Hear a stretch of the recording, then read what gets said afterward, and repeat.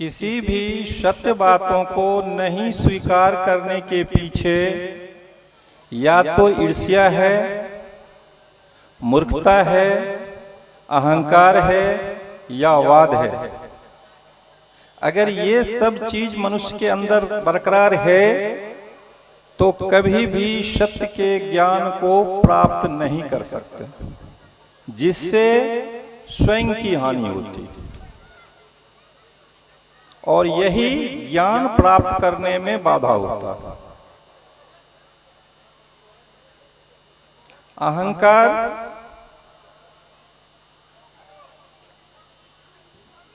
मनुष्य, चूंकि सारा मनुष्य मैटर से ही बना हुआ है, चिते जल पावक गगन समीरा पंच रचित या अदम शरीरा, ये सारे चीज मेटेलिक है। इसका जो गुण संसार में होता है वो मनुष्य में भी होता है।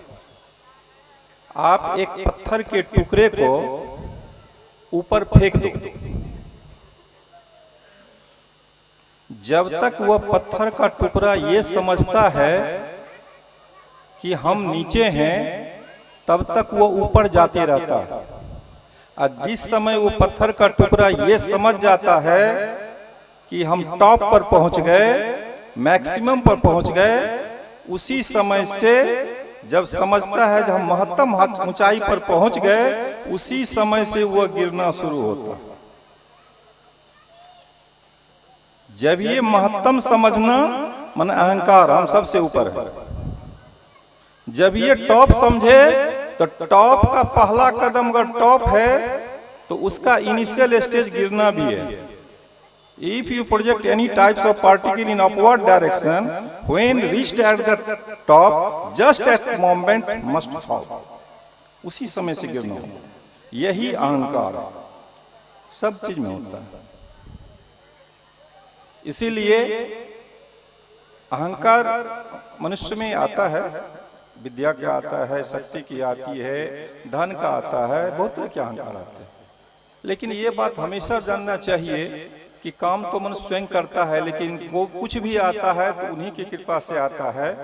अहंकार को रखने का मतलब है जो आपको आगे अब नहीं चाहिए, जब हम बहुत चले गए तब क्या है मिलेगा, तो उसके बाद गिरना। इसीलिए अगर कहीं किसी भी बातों का मनुष्य में अहंकार आवे तो जरूर साधना कीजिए, जरूर चिंतन कीजिए कि हे प्रभु मुझ में ये अहंकार नहीं आना चाहिए। मेरे यहाँ भारतीय दर्शन में लोगों ने ईश्वर की को देखना, जानना या ज्ञान प्राप्त करना, देखना एक्चुअली जानना होता है, जानने के लिए बहुत व्याकुल रहे, बहुत प्रयास किया उसने। कोई भी बात जब जो मनुष्य की जहां तक बुद्धि जाती है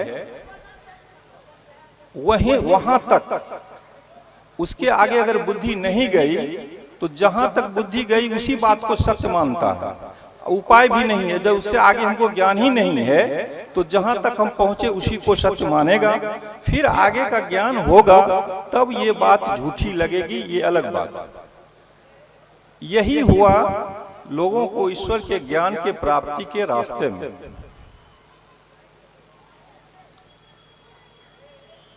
देखिए, कोई भी काम इच्छा से होता है।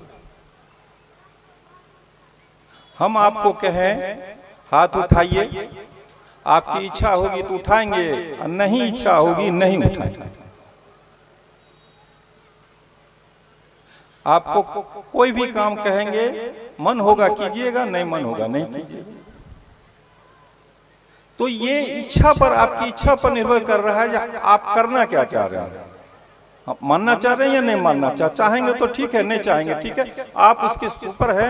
मानिए ठीक है, हम कहते रहे आप नहीं मानिए, इच्छा है तो मान जाइए, नहीं इच्छा हो नहीं मानिए, ये आप पर निर्भर करता है। लेकिन एक बात बताइए, आपके जो ये हार्ट धड़क रहे हैं, जिसके चलते आपकी जिंदगी चल रही है, जिसको विज्ञान में अनैच्छिक क्रिया कहते हैं, वो किसकी कृपा से धड़क रही है, जिसके चलते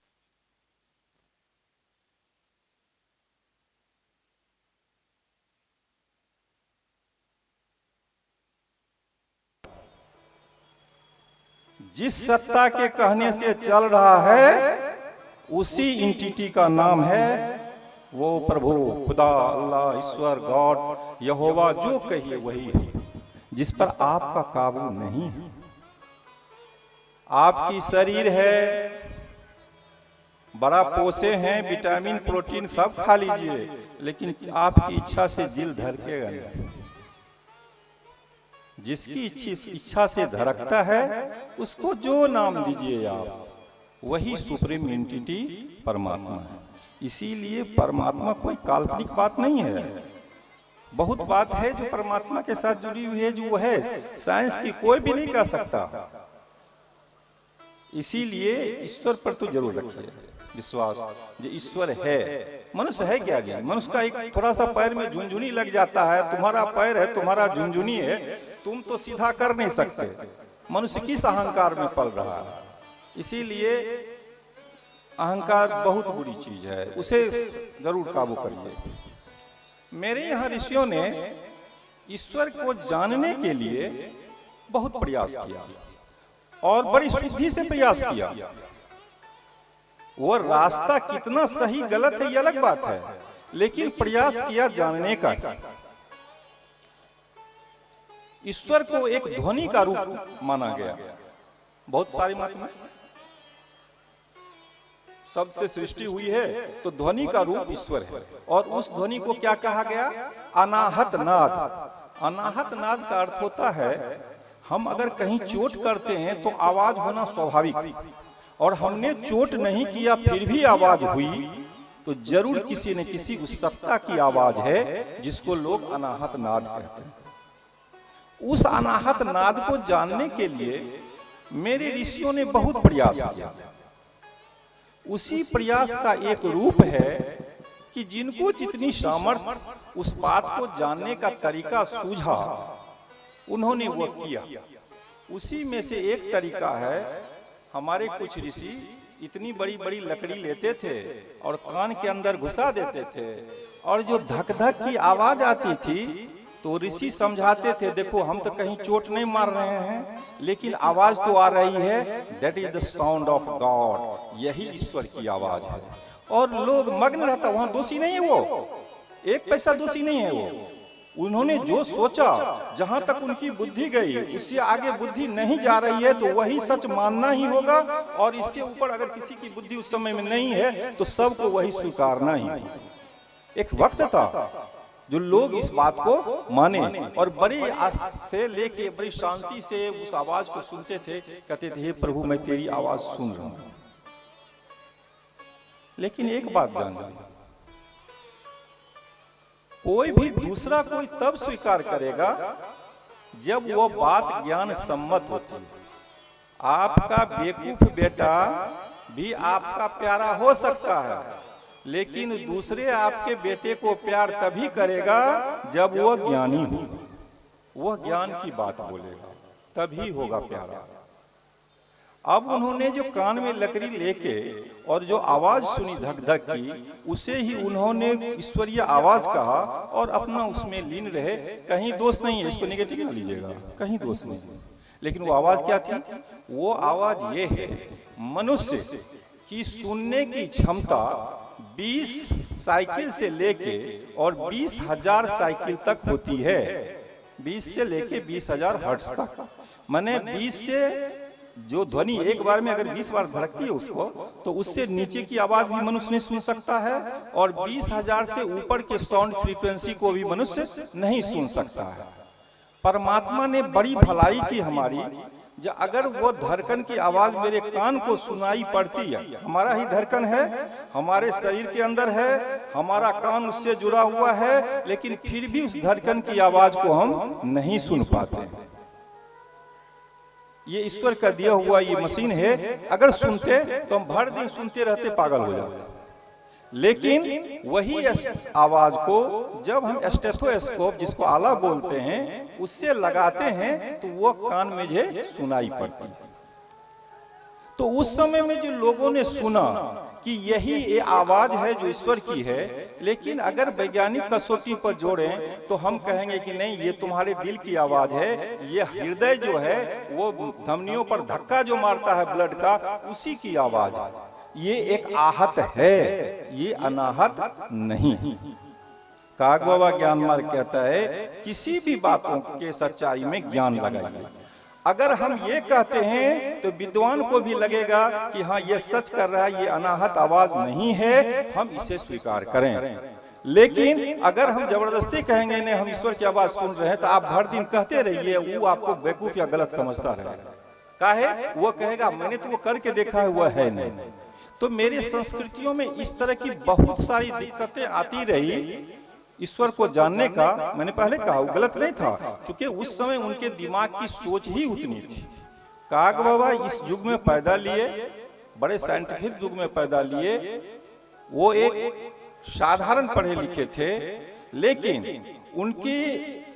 उनके दर्शन, उनके साइंस के एस्पेक्ट, उनके फिलॉसफिकल एस्पेक्ट इतने साइंस से जुड़े रहे कि हम लोगों को लगा कि जब तक कोई ऐसा साधक उस जगह पर नहीं पहुंचता, तो इतनी महीन बात साइंस की जो एमएससी में पढ़ाई होती है, ऊपर की पढ़ाई होती है, वेव थ्योरी ऑफ लाइट पर बात उन्होंने किया, तो हमें लगा कि हाँ ये वास्तव में एक बहुत बड़े साधक हैं जिन्होंने साधना में कुछ देखा, कुछ जाना। इसीलिए वो एक जो अनाहत नाद कहते हैं, सच पूछिए वो अनाहत नाद नहीं है, वो आपके शरीर की ही आवाज है। इसीलिए वो ईश्वर की ध्वनि भी नहीं है। इसीलिए इस विधि से जो पूजा करते हैं वो धोखा में रह जाएंगे।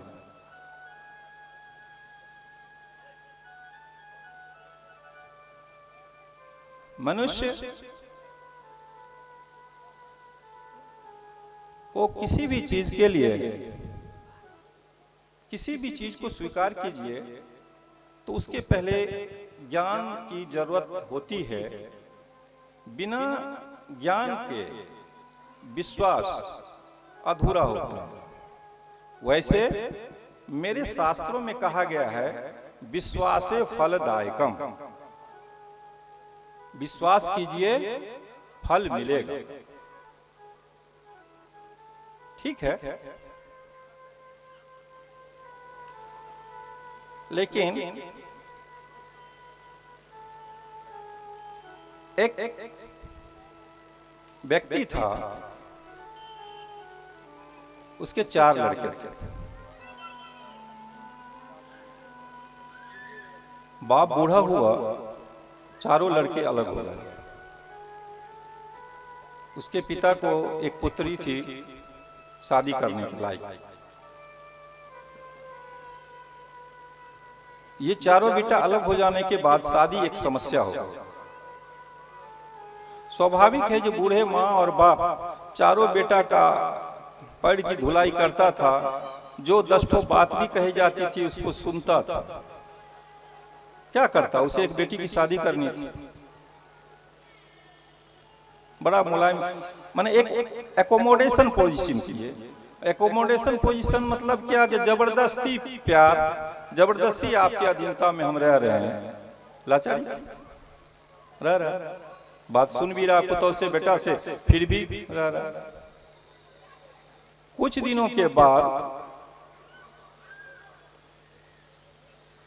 ये बूढ़ा कहीं गया कुछ काम करने के लिए। रास्ते में उसे एक हौसली मिला।